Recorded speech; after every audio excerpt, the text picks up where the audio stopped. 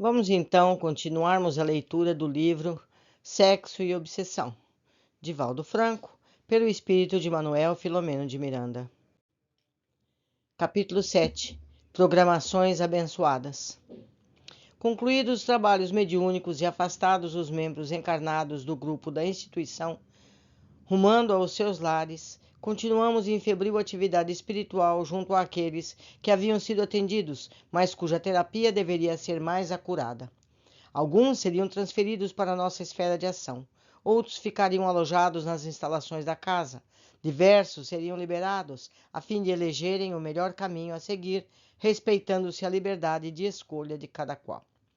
Experimentaram a claridade que deslumbra. Agora seria necessário deixar-se penetrar pela luz de modo a beneficiar-se largamente dos seus recursos preciosos. Os primeiros minutos da madrugada, o irmão Anacleto convidou-nos, a mim e a Dilermando, para arrumarmos a casa paroquial, a fim de trazermos Mauro a reflexões através do desdobramento pelo sono, o que não foi muito difícil. O seu estado de ânimo em quebrantamento facilitou-nos o recurso especializado e, adormecido, conduzimos-lo ao recinto onde se operara a reunião mediúnica. De imediato, conseguimos o mentor da direção do lar da professora Eutímia, a nobre diretora do edicandário onde Mauro lecionava. A senhora permanecia acabrunhada, com a mente em torvelinho. Àquela hora, embora houvesse tomado um medicamento calmante, sem haver dito nada ao marido, evitando precipitação de conduta, não conseguia o sono reparador. Despertava assustada com frequência, recorrendo à ajuda da oração, conforme os padrões dos seus conceitos religiosos. Enriquecida por uma família bem constituída, mãe devotada de 2 crianças com idades entre 8 e 10 anos, uma linda garota e um simpático varão, o esposo era homem sério, voltado para as questões espirituais da religião que ambos professavam. Podemos afirmar que se tratava de um lar construído em bases cristãs, sem as excentricidades dos comportamentos mundanos da atualidade, onde o vazio existencial, a vulgaridade tem primazia nos relacionamentos que deveriam ser afetivos. Adentramos pelo lar e encontramos alguns espíritos amigos que ali também se domiciliavam, face às vinculações afetuosas com a família. Tudo transpirava paz e bem-estar numa psicosfera de harmonia, o que é, de certo modo, bastante raro nas famílias contemporâneas e nos ninhos domésticos. O nosso instrutor adentrou-se na alcova e, enquanto os aguardava do lado de fora, um bom diálogo com os novos amigos, após breves minutos, trouxe em desdobramento parcial a digna senhora que dormia também em espírito, experienciando um repouso saudável que faria muito bem ao seu organismo vitimado pelo choque pós-traumático. Conduzida à entidade espírita onde deveriam ser continuidade os labores de renovação das almas, foi colocada gentilmente sobre um leito improvisado e continuou adormecida. No recanto em que nos encontrávamos, também estava Mauro e sua mãe, a nobre senhora Martina, Dona Eutímia e Jean Michel que, de quando em quando, vivenciando uma forma de pesadelo em espírito, agitava-se. O mentor convidou-nos ao recolhimento na prece, igualmente assistido pela diretora espiritual do núcleo que nos acolhia. Havia uma psicosfera de paz e de agradecimento a Deus, em tão alto padrão que se podia sentir o vibrar dos sentimentos em festa. Após sentida oração, o benfeitor Anacleto acercou-se da nobre mestra e convidou-a ao despertamento, enquanto nós outros fazíamos o mesmo, com Mauro, Dilermando, com bondade e energia, despertava Jean Michel. Como se estivesse no corpo físico, ao amanhecer de um dia feliz, a senhora acordou tranquila, jovial, surpreendeu-se com o grupo que formávamos. Antes de apresentar alguma interrogação, o mentor explicou. Estamos reunidos em nome de Jesus, a quem todos amamos, e devemos carinhoso respeito, a fim de estudarmos o drama da manhã passada, envolvendo o nosso sacerdote Mauro. Não estranhe que acontecimento que é mais comum do que pode parecer, em razão dos fenômenos da vida terem a sua causa em programações aqui na esfera da realidade. Todos estamos envolvidos pelo acontecimento infeliz, cujas consequências puderam ser diminuídas graças à intervenção da misericórdia divina. Nesse momento, mais lúcida, Dona Eutímia identificou Mauro e teve uma reação previsível de receio. O instrutor, vigilante, acerenou-a, informando que tudo estava sob controle e ela não teria por que temer ou afligir-se. Por sua vez, o jovem sacerdote não pôde furtar ao constrangimento imposto pela consciência de culpa diante daqueles cuja confiança a defraudara. Antes que Jean-Michel pudesse intervir ou ser convidado a reflexões, o irmão Anacleto elucidou, dirigindo-se diretamente à diretora do educandário. O grave assédio de Mauro à criança constitui um crime hediondo, considerando-se os fatores e circunstâncias, os valores e compromissos que se encontram em jogo. Sem diminuir-lhe a responsabilidade pelo gravame, é justo considerarmos que o mesmo se encontra fora do equilíbrio emocional e racional, vitimado por conflitos hórridos e sob injunção de forças desconexas do mundo espiritual e inferior, que o aturdem e comandam-no mentalmente. Assodado na libido pelo vício mental, pela ação nefasta de um perseguidor espiritual, planejava abusar da inocência da criança. Felizmente, porém, não teve tempo de consumar o infeliz programa, encontrando-se agora terrivelmente ferido no sentimento, aturdido na razão, ao considerar a gravidade daquele infame instante que o alucina. Fez uma pausa oportuna no esclarecimento, a fim de que a senhora melhor compreendesse o que se passava. Logo, prosseguindo, aqui nos reunimos com o objetivo de evitar maiores danos à criança ingênua, qualquer situação de prejuízo moral à escola, assim como para encontrarmos a melhor solução para atender também o infrator. Todo erro pode ser reparado, especialmente antes que se transforme em tragédia. O nosso amigo já dilacerou os sentimentos de algumas crianças, que soube atrair ao regaço com sagacidade e astúcia, objetivando os seus fins inóbeis. Chega o momento de ser-lhe dada uma oportunidade de reparação, através da qual se liberte igualmente do tormento que o vem assediando há muitos anos, desde antes do berço, tendo-se em vista o local onde procedeu no rumo da reencarnação. As heranças que trouxe embutidas nos sentimentos são odientas, os laços que o vinculam aos sítios que habitava são vigorosos. Nada, porém, que não se possa modificar ante o esforço pessoal bem direcionado, a entrega interior ao Pai Criador. Certamente o problema a que nos estamos referindo deve tomar um rumo de segurança para que suste futuras consequências mais lamentáveis e perversas. Todos acompanhávamos o seu raciocínio com empatia e agrado. A senhora Eutímia, a pouco e pouco, fixou-se nos comentários do mentor, que pareceu aliviar-se lentamente a tensão que a mantinha em aflição. Dando prosseguimento, o sábio amigo expôs. A melhor solução para este momento não verá ser um caráter punitivo ao infrator, que está doente, mas um objetivo reeducador, a fim de que, consciente da severa situação, modifique por completo a existência, dando novo rumo aos passos que devem seguir na direção da felicidade pessoal e a de todos com quem conviva. Assim, sugiro que a gentil professora entre em contato com a autoridade religiosa superior, que pode estudar a solução ideal para a ocorrência, narrando os fatos com serenidade, exigindo a transferência do sacerdote sem comentários escabrosos, que sempre fecham a porta à solvência de quaisquer problemas. Acredito que o senhor bispo, notificado a respeito da gravidade do comportamento do seu subalterno, saberá como encaminhar a questão à instância superior, se for o caso, ou equacionará, conforme sejam as instruções que tem o alto clero. Facultando tempo para que pudesse ser entendido pela mestra e todos os circunstantes, aludiu com habilidade e prudência. Não estamos escamoteando o erro, nem agindo de forma conveniente com o descalabro moral do paciente. A enfermidade necessita de tratamento, e não de escarcéu, sempre do bom gosto dos insensatos. O afastamento do infrator do convívio infantil, impedindo novos contatos com vítimas em potencial, é uma terapia eficiente, de grande efeito moral. Assim, confiamos na prudência e nos bons ofícios da nossa esclarecida mestra. Quando silenciou, a senhora tinha lágrimas nos olhos, não ocultando a surpresa e o sofrimento que tudo aquilo lhe causava. No entanto, forrada pelos sentimentos da sua fé religiosa, podia compreender que ao pecador se deve conceder a bênção da reparação antes mesmo da punição impiedosa que não edifica, às vezes piorando e ultrajando mais o infeliz. Levantou-se impulsionada por um sentimento de lídima e fraternidade, acercou-se de Mauro, tomando-lhe as mãos, falou-lhe que buscaria providências cautelosas, conforme as diretrizes que foram oferecidas. O jovem não pôde conter, abraçou-o com sincera fraternidade e gratidão.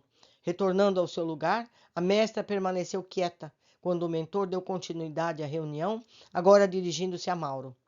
Não ignoras a extensão do teu erro, e desde há muito vens tentando cicatrizar a chaga moral que te dilacera interiormente, fazendo-te decompor o espírito. Reconheces que se trata de um crime grave, no qual ocultavas as tuas aflições, justificadas pelo que a ti mesmo acontecera na infância. As raízes, porém, desses erros, agora sabes que estão no teu passado espiritual, assinalado pelo deboche e pelo desrespeito a outras vidas. Ninguém atinge esse patamar de miséria sem que não haja transitado pelos pântanos das paixões sórdidas e asfixiantes. Agora, no entanto, impõe-te-nos um novo rumo que deverás imprimir na tua existência.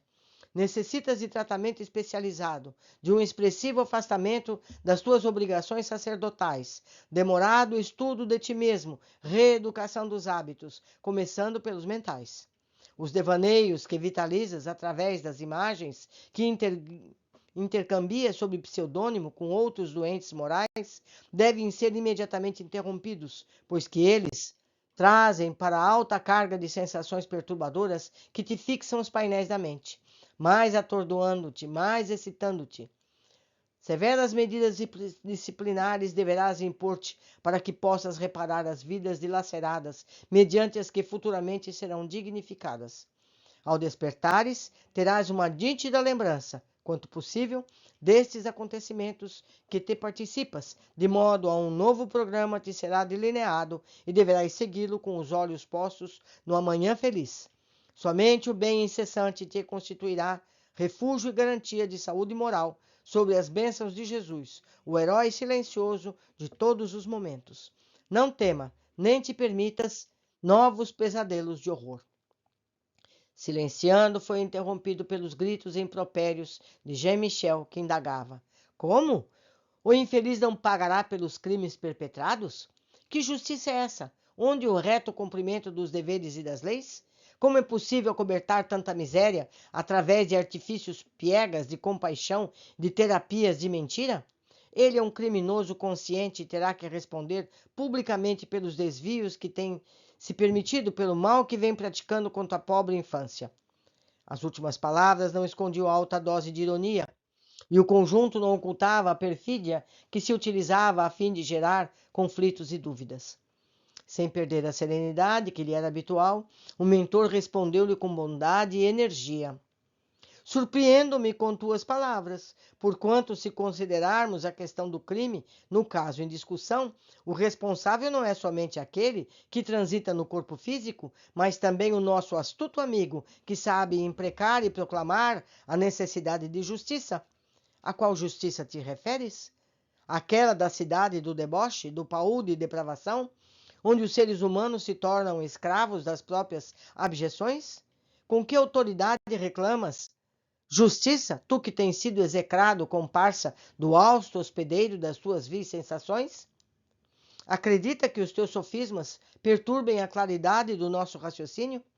Enganas-te, porquanto antes das tuas conjecturas, aqui apresentadas, estamos habituados a lidar com vítimas e algozes, com psicopatas aferrados ao sexo em desalinho, desde o período em que nos encontrávamos na Terra. Logo mais, será um momento de dialogarmos contigo, e por enquanto, silencia e ouve. A atitude imediata, enérgica e clara, assumida pelo orientador, fez o perturbador aquietar-se embaraçado.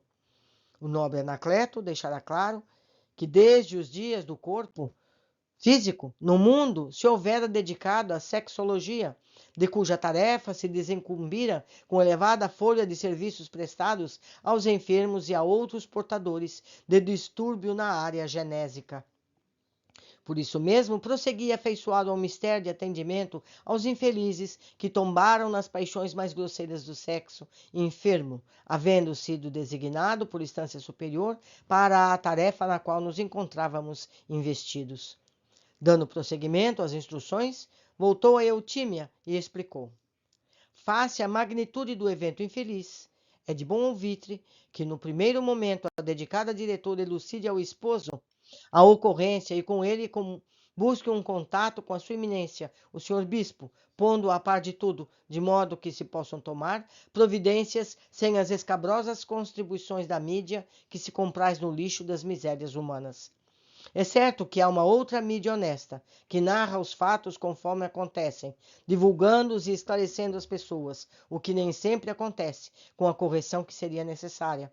Antes exaltando o mal, sem o erradicar ou apresentar saudáveis soluções para o mesmo. Porque silenciasse, como percebendo que a nobre senhora teria algumas interrogações, o mentor aquietou-se por um pouco, facultando que Dona Eutímia inquirisse. Perante as leis de Deus, um sacerdote que jura ser fiel à verdade, trabalhar pelo bem da comunidade, ser pastor de ovelhas que se entregam confiantes e defrauda compromisso através da conduta execrável, ficará impune? Não são pecados mortais os atos infames que o padre Mauro vem praticando com insistência? E as suas vítimas como ficarão? Com a mesma sinceridade, o benfeitor respondeu. Ninguém foge às leis de Deus que vigem em toda parte e que são escritas na consciência de todos nós. O nosso irmão não fugirá de si mesmo, das cenas escabrosas que se permitiu, do remorso que o dominará por largo período. Isso, porém, somente sucederá mais tarde, quando desperto e disposto ao resgate, começar o período de refazimento. A punição divina ao pecado mortal nunca se faz de maneira destrutiva do pecador, mas de forma que o edifique, convidando-o a reparar todos os danos perpetrados, mediante ações dignificantes, restauradoras do equilíbrio.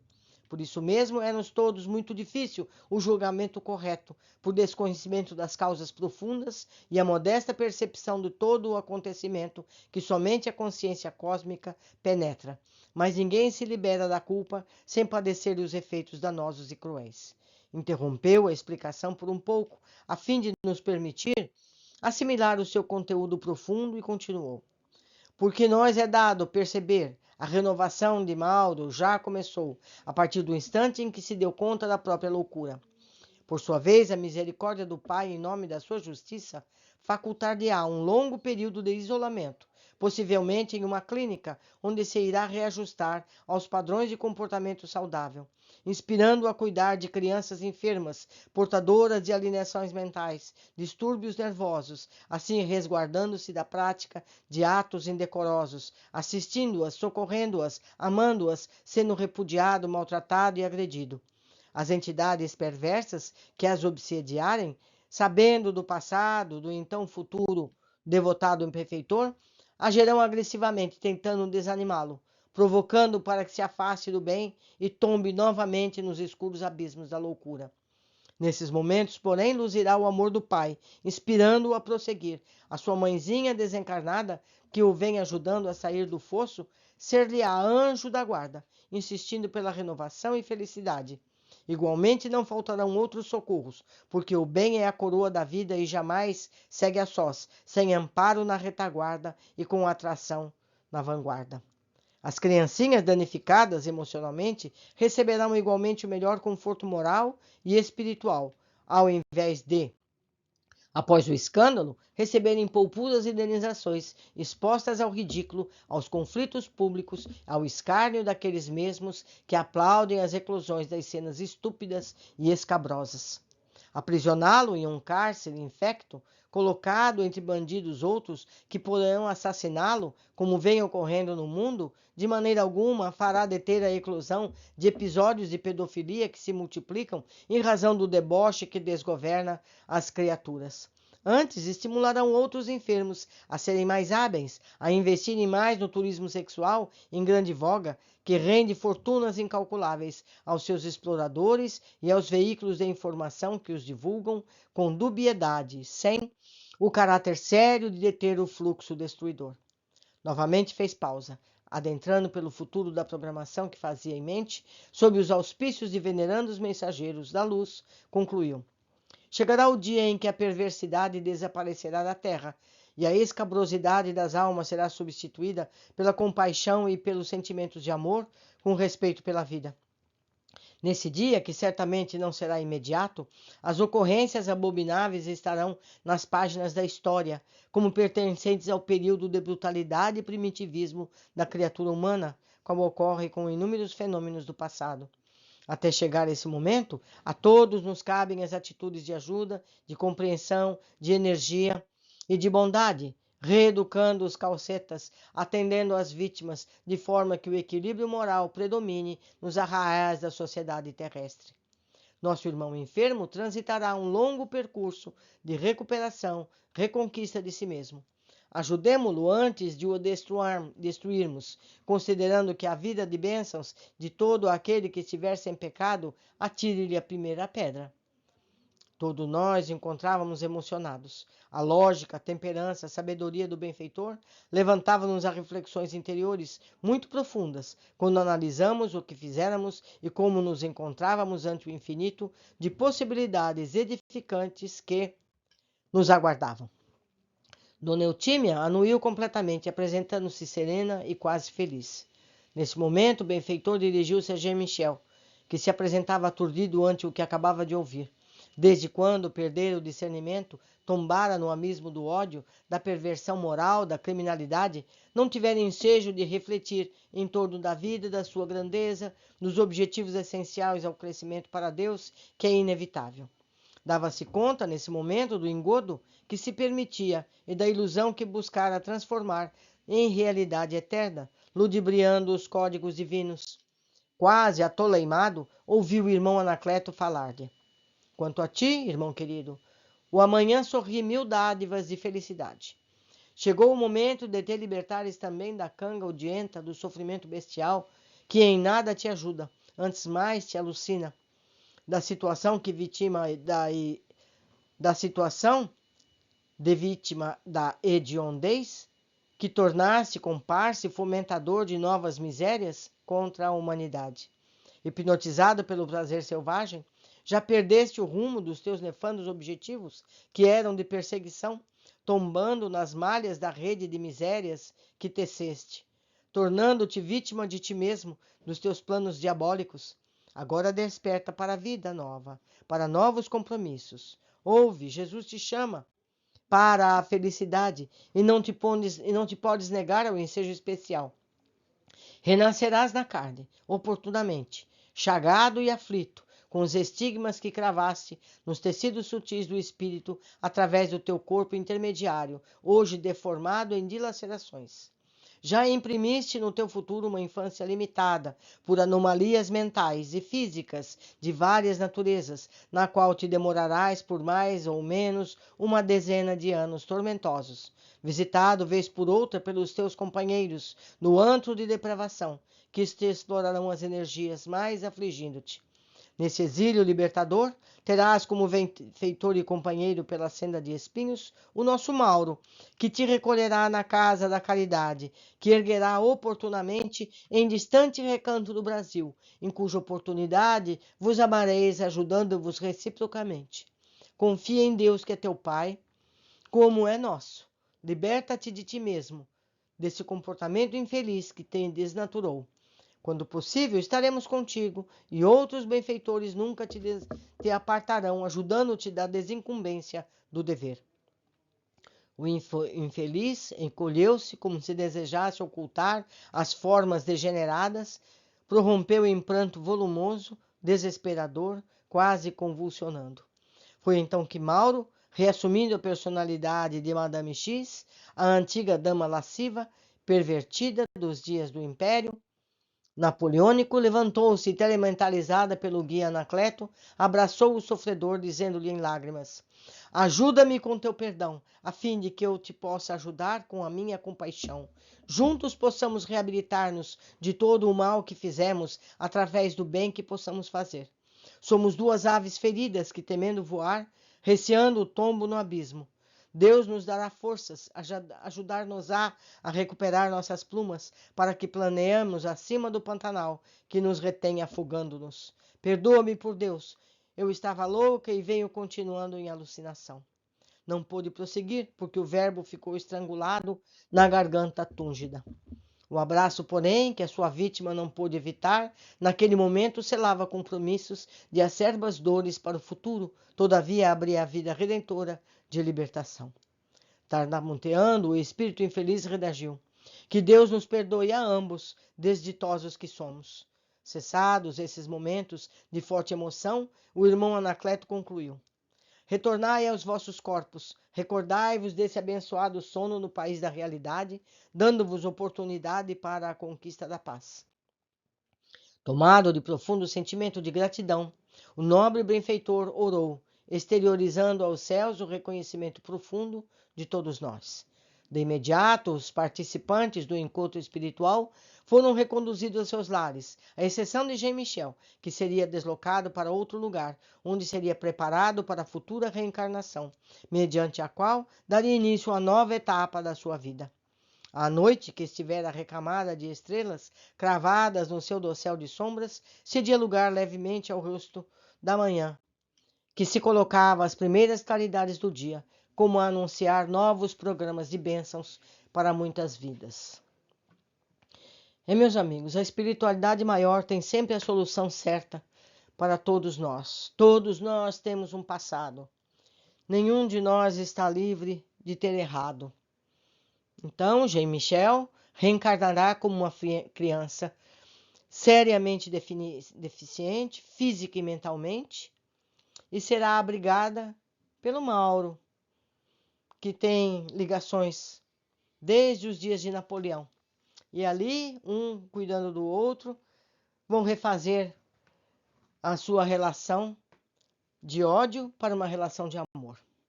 E com isso vamos aprendendo. Por hoje ficamos por aqui. Abraço a todos. Aguardo para a sequência do nosso estudo.